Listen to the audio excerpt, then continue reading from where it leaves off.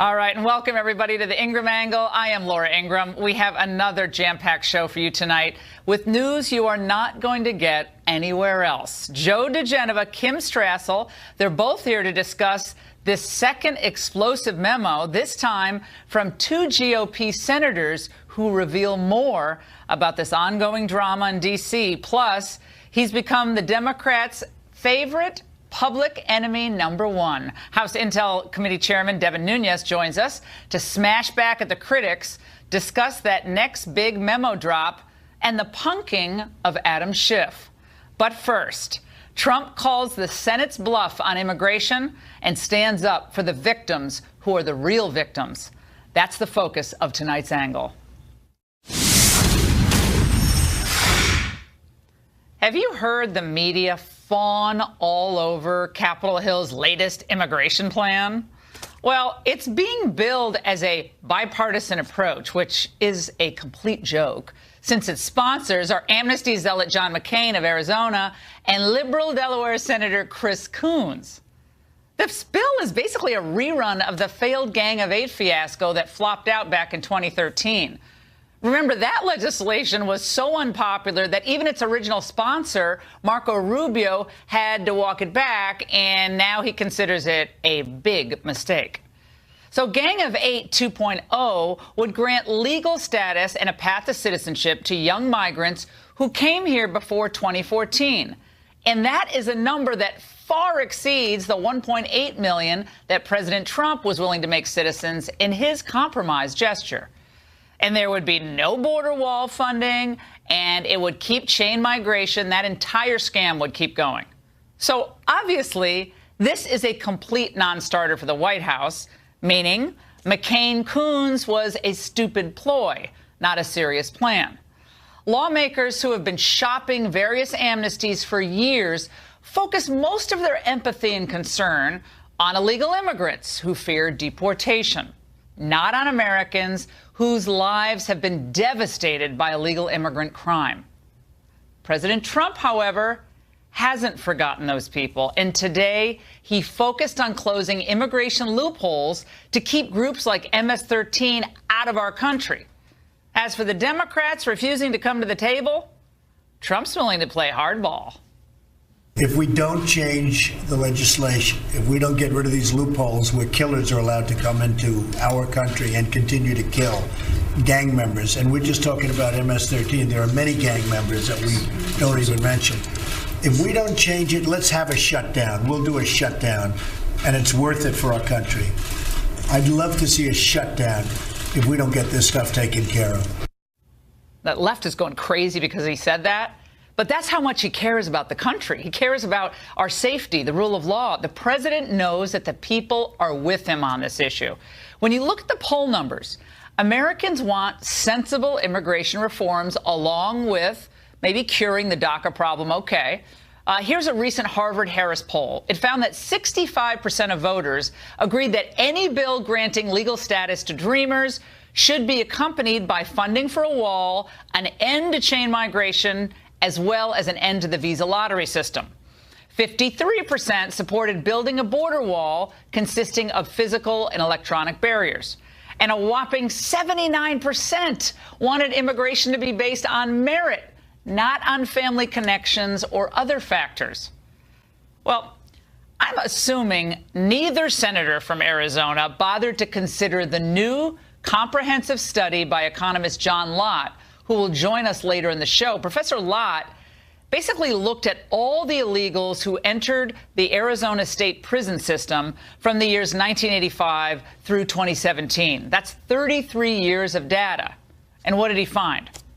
He says illegals were at least 142% more likely to be convicted of a crime than other Arizonans. He found their sentences were 10.5% longer than U.S. citizens due to the severity of their crimes. He found that illegals were 163% more likely to be convicted of first-degree murder than U.S. citizens, 168% more likely to be convicted of second-degree murder, 189.6% more likely to be convicted of manslaughter. Illegals were much more likely to commit sexual offenses against minors, sexual assault, DUI, and armed robbery. And 45.4% of illegal immigrants were more likely than other criminals to have been gang members. My goodness. Here's a smattering of how just in the past week, illegals have added to the health and well-being of their communities. On Monday, in Hartford, Connecticut, where I come from, Onel Arana Garacio, a Mexican illegal, pled guilty to being part of a heroin ring that extended to Alabama, in Connecticut, Rhode Island, Ohio, and guess what? He's a boomerang visitor. He was already deported back in 2013. Then there's this charmer, Salvador Gomez Lopez of Montgomery County, Maryland, right nearby where I'm broadcasting from. The Salvadoran illegal was urinating in public, lovely, when a bystander tried to convince him to pull up his pants and find a bathroom. Instead, Gomez pulled a box cutter out and started slashing at the poor man's throat. There's a lot of gashes there now. Last week, 3 dreamers were arrested in 3 different smuggling cases. All were DACA recipients. They were smuggling human beings. 2 were nabbed in California and 1 in Arizona. And this is a heartbreaker. 5 days ago in Rio Vista, Texas, a young mother of 2, Jennifer Smith, on her way to pick up her kids at school, was killed in a horrific car crash by illegal immigrant Candido Martinez Ramirez, 32 years old.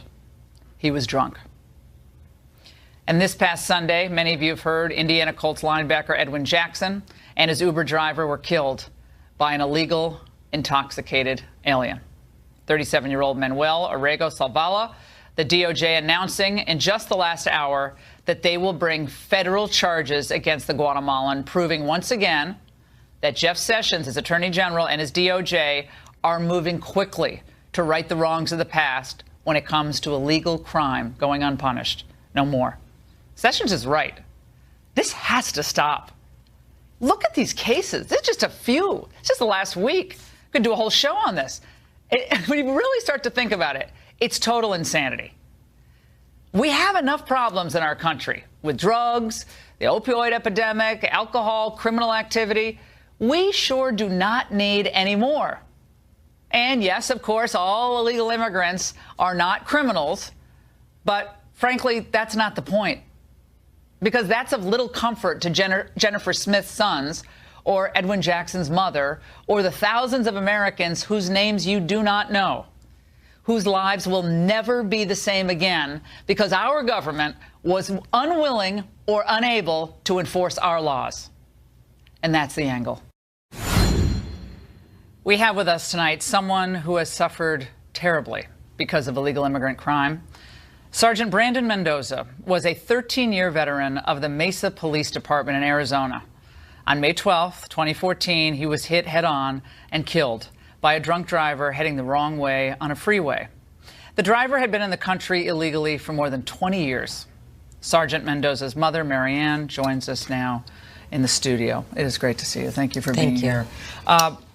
We've talked a couple of times over the years because of your testimony about your son and what he represents, his story, the kind of man he was. And I'm so impressed with your poise and your dedication to continuing his memory and maybe help us learn something here. You heard what I said in the monologue. What is your reaction? I'm very disappointed in the senators, that represent Arizona to begin with. They've had this type of information readily available, and they choose to ignore it, and they choose to act like Arizona does not have a problem, and we have a huge problem. And I thank you so much for bringing attention to so many of the deaths that have happened in the last couple weeks. This happens so much. More people are killed yearly by illegal aliens in the United States than were killed on 9/11. And this is what people don't understand. It's a slow, methodical, continual thing all year long. And when you think about the critics of President Trump for bringing this issue to light, they say, well, you're painting with a broad brush. Not all illegal immigrants commit these types of crime. They're people just coming here to have a better life. What do you say? That's true. But, a lot of these people who killed our children, came here for a better life, and something happened. And the politicians in Washington right now, they're the very ones who are giving this monster a voice and letting these illegals think that they have a right to demand what they're demanding from our politicians. They have no place in American politics. None. And does it elicit a strong reaction from you? I imagine it does, when you see the American media so heavily invested in covering the stories of illegal immigrants who fear deportation. I mean, almost every day. I mean, on radio, we call them immigration sob stories. Yet your story, the stories of so many other mothers and fathers, brothers and sisters like you, without President Trump and maybe talk radio, maybe Fox, I don't know where they get a voice. We don't, and that's the unfortunate thing, because the liberal media and most publications in the United States only publish those type of stories. It tries to evoke, sympathy to fit their agenda. Do you not deserve sympathy? Absolutely, 100%. I'm more angry now than wanting sympathy, because I feel for my fellow Americans who are in the future going to be affected by illegal alien crime, and that's what each and every one of us at AVAX stand up for. That's why we're fighting the fight we fight. We don't want this to happen to another family. And I put a message out to the politicians, Nancy Pelosi, Chuck Schumer. Which child of yours would you look in the eye and decide that they're the ones who you give up to an illegal alien criminal to support the agenda that you're supporting? I mean, it sounds harsh to say that, but it does seem that's what they had us do. They are willing to say, well, this is just going to be the price that we have to pay. Collateral damage. In order to be a welcoming, open country. The Statue of Liberty, bringing me tired, you're poor. I mean, it's almost like that's where we are, because they turn their head away from your story. Right. And so many others like you. And Arizona, this is what drives me crazy. John McCain, God bless him, I know he's suffering with cancer and it's a horrible thing. But John McCain is coming back for another bite at the apple, pushing this huge amnesty, no border wall. Right. No end to chain migration. I don't think real change of visa lottery that it's significant. Jeff Flake, who's very unpopular in your state, he's retiring because he's so unpopular. Another big pro-illegal immigrant senator. And yet Arizona is ground zero for illegal immigration. I don't understand. And so many people I meet say, how are these guys representing us? How are they representing? I mean, it's stunning to me. It's a lasting impression that Jeff Flake's going to give, the type of legislation that he's going for. And unfortunately, the same with John McCain. But the thing is, this has been a problem for 20 or 30 years in Washington. The immigration problem cannot be fixed. The illegal alien problem cannot be fixed until they start at the beginning and get rid of the criminals, secure our borders. They come back over repeatedly. You can't fix DACA and Dreamers without done on illegal immigrants and crime. The problem has been the data with those have relied either on survey data, which is pretty problematic if you're going to be asking somebody whether they're here illegally and whether they have a past criminal history, or they've mixed together pretty much completely both legal and illegal immigrants. And I believe the data for Arizona shows that illegal immigrants are much more likely to commit crime, but legal immigrants tend to be very law-abiding. And if you mix the two together, you're going to miss a lot of that difference. The nice thing about Arizona's data is that they've done by far the best job that I've seen in terms of separating out those different groups. And what you find is that, as you mentioned, that they're much more likely to commit crime. I find they to be make up outrageous. About 12% of the state prison population, where illegal immigrants make up about 4.8% of the state population. That's particularly imbalanced when you look at young criminals, those under 35. Illegal immigrants make up about 8% of the prison population, but only 2% of the state population. All right, let's go to Alan. Alan, you have concerns about this study. We'll put up the graphic in a moment. But you find it to be... I can't hear anything, guys. I lost the signal here. Well, I think we might be having an issue with this. But let's put up the full graphic of what we learned from John Lott's study, because I think the Fox viewers need to see this. Here it is. 142% more likely to be convicted of a crime, illegal immigrants in Arizona. They tend to commit more serious crimes. They serve 10.5% longer sentences, more likely to be classified as dangerous, 45% more likely to be gang members than U.S. citizens. Marianne, we're going to try to get our sound back on our guests, but I don't find this surprising at all. And John Lott's getting hammered out there because he looked at the data and he came up with a way of analyzing it to try to separate out green card holders who are legally here and illegal immigrants. And my question, and you must have some thoughts on this, how is this not already readily available? Why do we need a professor of economics to have to go into the database for 33 years in Arizona? Why don't we know these facts? Well, and it's like they're being purposely kept from the American people. This drives me crazy. I'm always trying to find out the status of these people committing crimes. Like, oh, we can't report that. What? We have somebody in Oregon who is able to get us those kind of statistics, too. And this was the first report from any other state than Oregon that was able to do this. And we thank them. Yeah, it's about time. I think we have Professor Lott and Alan back with us.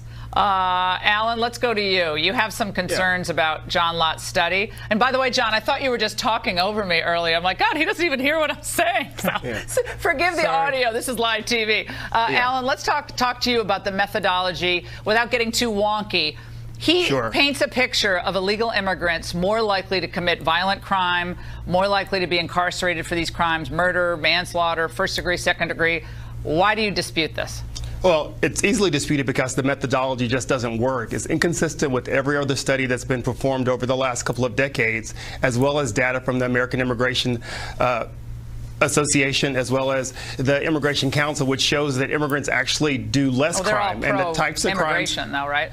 Well, those groups also, are all pro-immigration. Well, I don't think they're necessarily pro-immigration. They're pro-American. But also, Cato Institute has also gone after the site for sort of saying that there's statistical data information. So, I mean, it's not. Cato Institute? You got to be kidding me. Alan, you got to do better than Cato. Cato is notoriously open borders. I mean, they dine out on China trade and open borders, okay? Well, we're not talking about just. They're good on taxes. They're terrible on the other two issues. We're not talking about just open borders. We're talking about actual information here. And John, there's no way for John to actually have the data to show who was an undocumented and who was a legal immigrant. His data is really skewed information from over a large time period, which just dumps Americans, naturalized citizens, as well as people who were here on a green card who were in these removal proceedings, which make the numbers hyper. All right, John, respond quickly to that criticism, please. Yeah, I mean, there are a lot of points they just brought up. What I was trying to say earlier is that there are a lot of studies that have been done, but the problem is that those studies completely mix together legal and illegal immigrants, or they do surveys. Well, in the case of Arizona, you have pre-sentencing reports that are done that determines whether or not what their citizenship status is. That's included in the data that's here. Now, you know, there may be some issues that one can say that they may have made mistakes in some cases, but even if you believe that's the case, and I doubt that, the most you're talking about is about 10% of the sample that's there. And that's very small. That's a much smaller error than any of the other data that you've been pointing to. All right, guys, fascinating. We're going to continue to debate this, no doubt. I think we need more transparency, more reporting, more truth. And the localities, the state should have to reveal and keep a database on who is committing the crime in the United States, the American people. I think demand to know. Marianne, I know you do. And still ahead, a second bombshell memo. You're not going to believe this. This time pointing to actual coordination between that shady Oppo firm, Fusion GPS, and Obama and Clinton pals. Seriously, you cannot make this up. It gets better every night. Joe DeGeneva, Kim Strassel will be with us to talk about it. Up next, Lindsey Graham. In short, this newly unredacted document points to shocking coordination between that shady Oppo research firm, Fusion GPS, British intel operative Christopher Steele, and this is great, the Obama State Department and, dun-dun-dun, Clinton allies. Joining us now to analyze this breaking development, former U.S. Attorney Joe DeGeneva and Kimberly Strassel, a member of the Wall Street Journal editorial board. Joe, you've been saying for some time there could be criminal implication here for some of these major players at the FBI.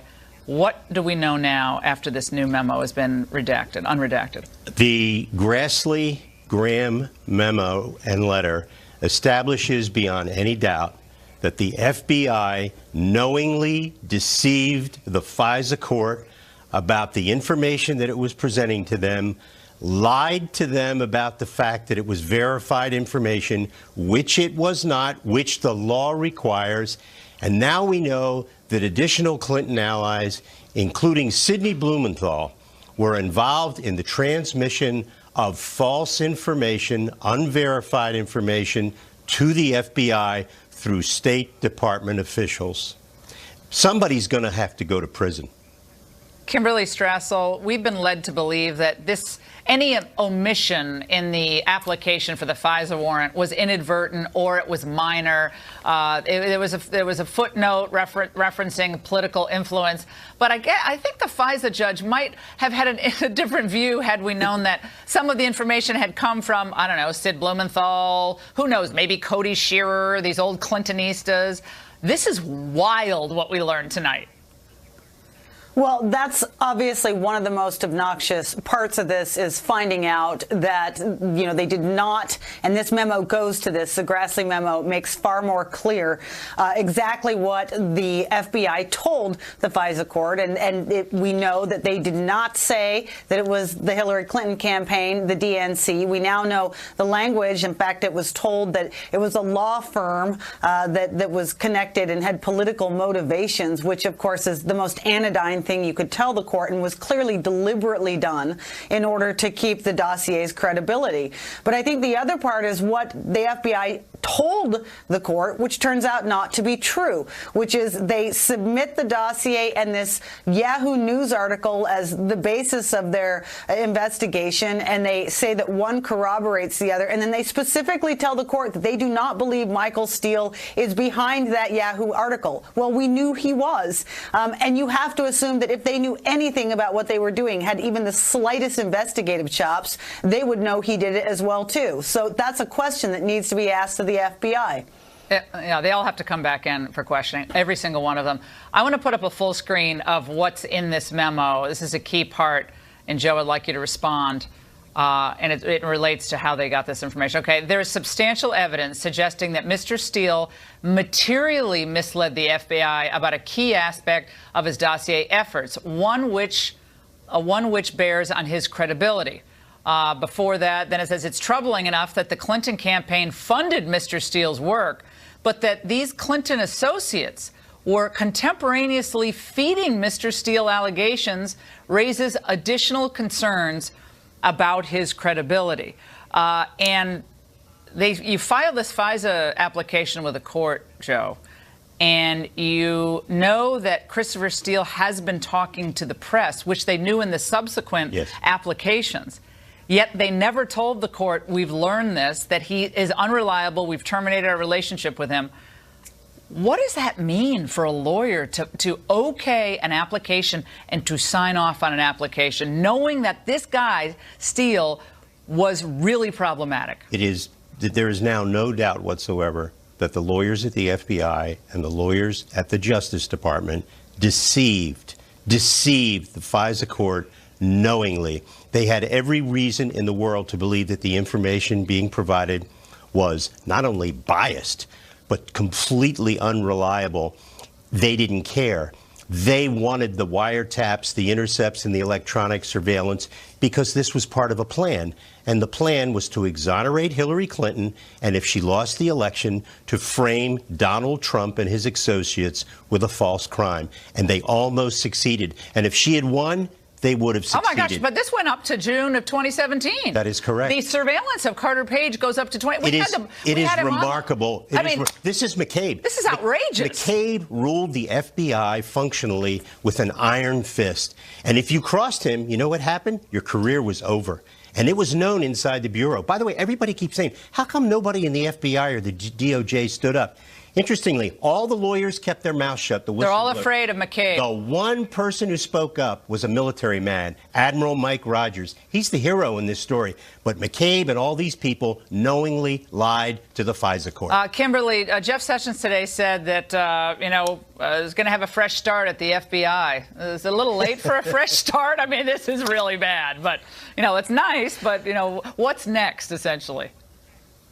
Well, look, I think one of the problems here, and I'm not suggesting a firing or anything, but I think that there was a mistake maybe made when the Trump team decided to name, Christopher Wray as the new FBI director. Because when you have a level of mess this large, the only way you get a fresh start is to have someone come in from outside that whole realm with a new set of eyes and just get rid of clean house. And, the thing is Christopher Wray was not part of this. I want to make it clear, and I think he is making some changes. Look, he's moved or fired or got rid of a whole bunch of the people that were surrounding Comey.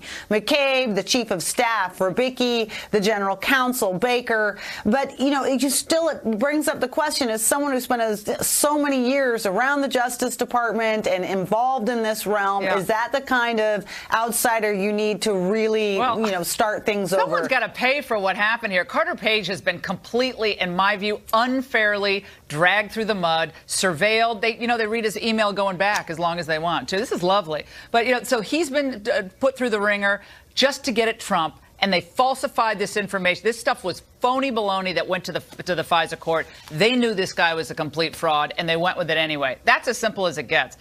Joe and Kimberly, such a great segment. Great insight tonight. And we're not done, though, with this breaking news. We're going to talk to the man at the center of the storm, House Intel Committee Chairman Devin Nunes will be here live. Don't move.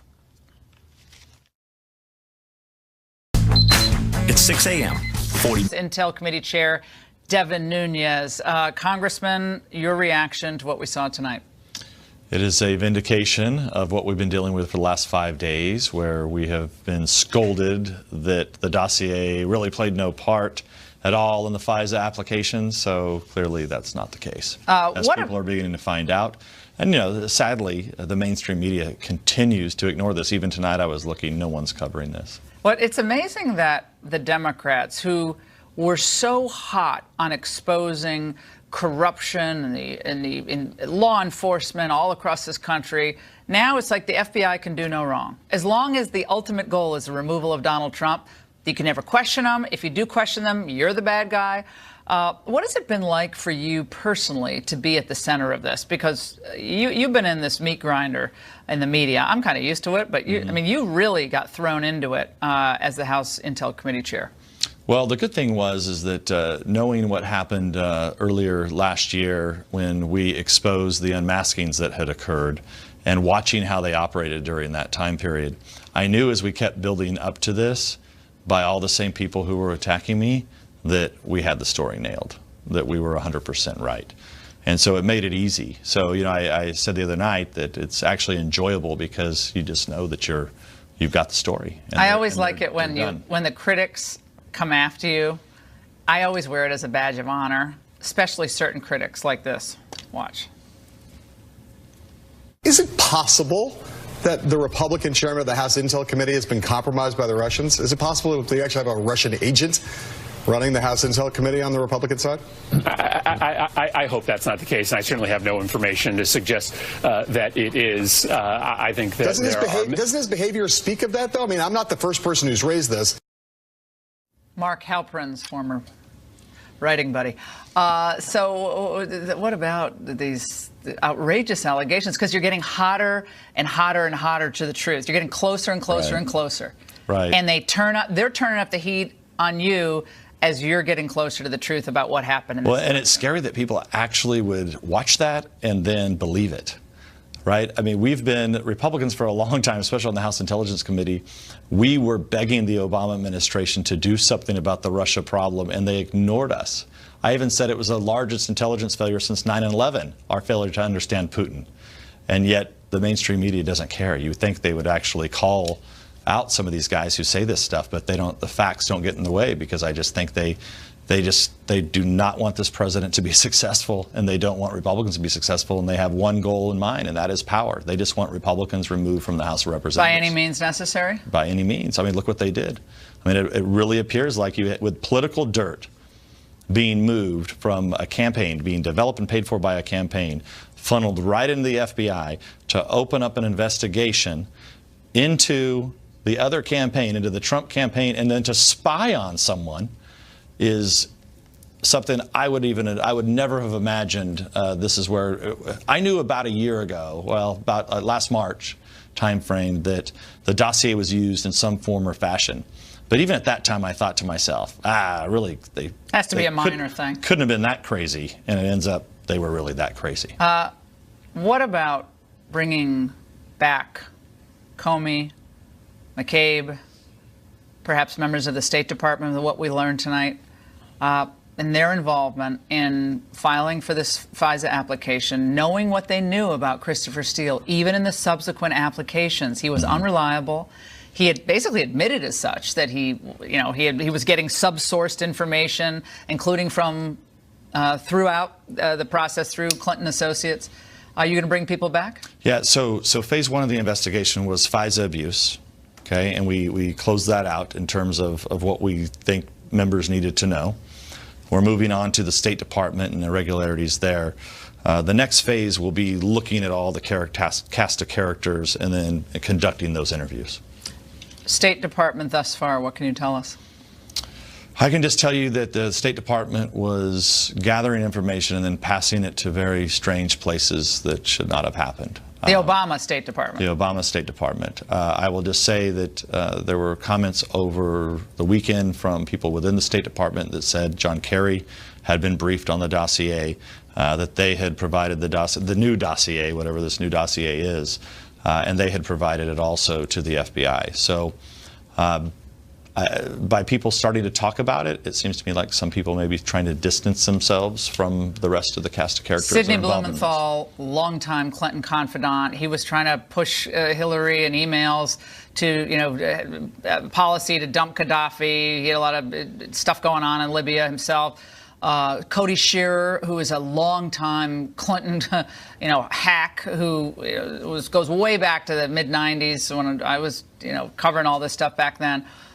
There's a sense that those two were involved in putting information out there that got in the hands of Christopher Steele. Can you tell us anything about that? Well, I will have to tell you that we've read a lot of the stories, but you have to wait until we decide how we're going to proceed with the investigation. I mean, there's several people involved. Adam Schiff got punked. I think we have the call. I want to play it. She got compromising materials on Trump after their short relations. Okay. And what's the nature of the compromise? Well, there were pictures of naked Trump. Okay. Mm-hmm. And so Putin was made aware of the availability of the compromising material? Yes, of course. Okay. Well, thank you very much. We will be back in touch with you through our staff to make arrangements to obtain these materials for our committee and for the FBI, and I appreciate you reaching out to us. Congressman, it is not even a good Russian accent. I've lived there. It's not it's a bad accent. This is really funny. But well, look, I think it's pretty clear now. You have the Clinton campaign who was getting information from the Russians, dirt on Trump, and now you know that the House Intelligence Committee Democrats were getting dirt, or attempting to get dirt from Russians on Trump. Well, he's like taking a random phone call of someone, like, hey, whatever you got, bring it to me. Well, yeah, I can remember that way back, many of the Democrats on the committee have said that they have more than circumstantial evidence that there was collusion between Trump and the Russians. Maybe that was it. Oh. You're very funny. Very funny. Who said Devin Nunes is not funny? He's a straight man, though. He delivers it straight. Thanks for being with us. It's always great to see you. Thank you. And by the way, dangerous illegal immigrant crime. We talked about at the top of the show. Crime rings are now popping up in major cities across the United States. Again, a lot of people won't tell you about these stories. I will. Up next. Was run by illegal immigrants. We promised we'd stay on the issue, and now we've learned that this dangerous scourge has hit Cincinnati. At least half of the suspects apprehended in a major drug bust are reportedly in the country illegally. Joining us now from Cincinnati with details on the case is Butler County Sheriff Richard Jones. Sheriff Jones, this is a wild story. Heroin popping up all across the United States. A lot of it now coming in from Mexico, being sold by illegal immigrants. Tell us what you know. Basically, this is about the fourth big bust that we had. They had thousands of hits of heroin, cocaine, guns. Half of the suspects are illegals. They've been here illegally. The other ones are on the loose. A couple of them are on the loose. thousands of dollars. And this is just one of four. We had a guy from the Ukraine the other day, had 120 guns in his house, 10 guns in his car, and he was legally in this country. But then we had 4 others that were arrested, the same thing. Guns, drugs, and from Mexico. And we're the 8th largest county in Ohio. We're not the largest, but we're the 8th largest. And we're in a major hub, and it's destroying our community. We have over 200 are going to die this year with heroin overdoses. We've had babies born in our jail. The last one was born in the toilet, all addicted to heroin that's coming from Mexico. And it's destroying us. While the government fights in D.C. over the issues you were talking about earlier, they don't give us the resources we need. We wish the Congress, the Democrats and the Republicans would get together and come down here and help us in law enforcement. We need their help. We need their support. We don't need this bickering. If they think the people in our communities care about their bickering and fighting, we care about our taxes, we care about our health care, and we care about safety. And when you have someone from another country that has over 120 guns in their house in one county and the guns, one of them was a silencer. They had better quality guns than what our law enforcement has. So that guy was Ukrainian? Rifles. That guy was Ukrainian? Yes, Ukrainian. Yes, born in the Ukraine. And this is just one of many. And you wonder why Ohio, we're on a major highway. We've had MS-13. And people that think they're not here, they're fools. They're here. But we need help from our government. We need our government to come in and do some workplace enforcement. We need to send a message. Sheriff, who except Trump has really made this issue as big as it is front and center? I mean, if it weren't for President Trump, no one I don't else know who else would. We'd have nothing. We have a real poor governor here, Governor Kasich, who encourages all these people to come into the state of Ohio. He calls it an act of love. We're out of time, but we're going to have you back. Fantastic segment. So awesome. Up next, serving his administration. Reagan was known as a great communicator, but he didn't just spout words. His words literally changed the world. He labeled the Soviet Union the evil empire, and against the advice of his staff, he told the Soviet General Secretary, Mr. Gorbachev, tear down this wall. He was certain that given a push, the whole communist edifice would crumble beneath its own weight. At every turn, though, of course, most of the media thought Reagan had lost his mind, he was a warmonger. But the Gipper held fast to his principles, and he fearlessly pressed forward. The Berlin Wall fell, and so did the Soviet Empire. And Reagan did it all without firing a single shot. It was peace through strength in the end. But for all his achievements, Reagan never lost his amiable wit. Mr. President, in talking about the continuing recession tonight, you have blamed mistakes of the past, and you blamed the Congress. Does any of the blame belong to you? Yes, because for many years I was a Democrat. I remember like it was yesterday, the day I ended my service at the White House. I was heading off to law school in the Oval Office. A few of us were meeting with President Reagan. He shook my hand and offered just a little bit of advice. He said, make it matter. Boy, did the Gipper make it matter. Perhaps Reagan's greatest accomplishment was restoring pride, hope, and faith in America. We'll never forget Ronald Reagan, not only for